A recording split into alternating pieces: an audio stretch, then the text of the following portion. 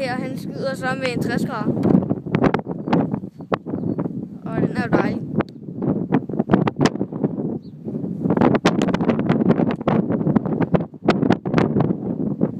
Den dyber godt i dag. Oliver Green. Ja tak.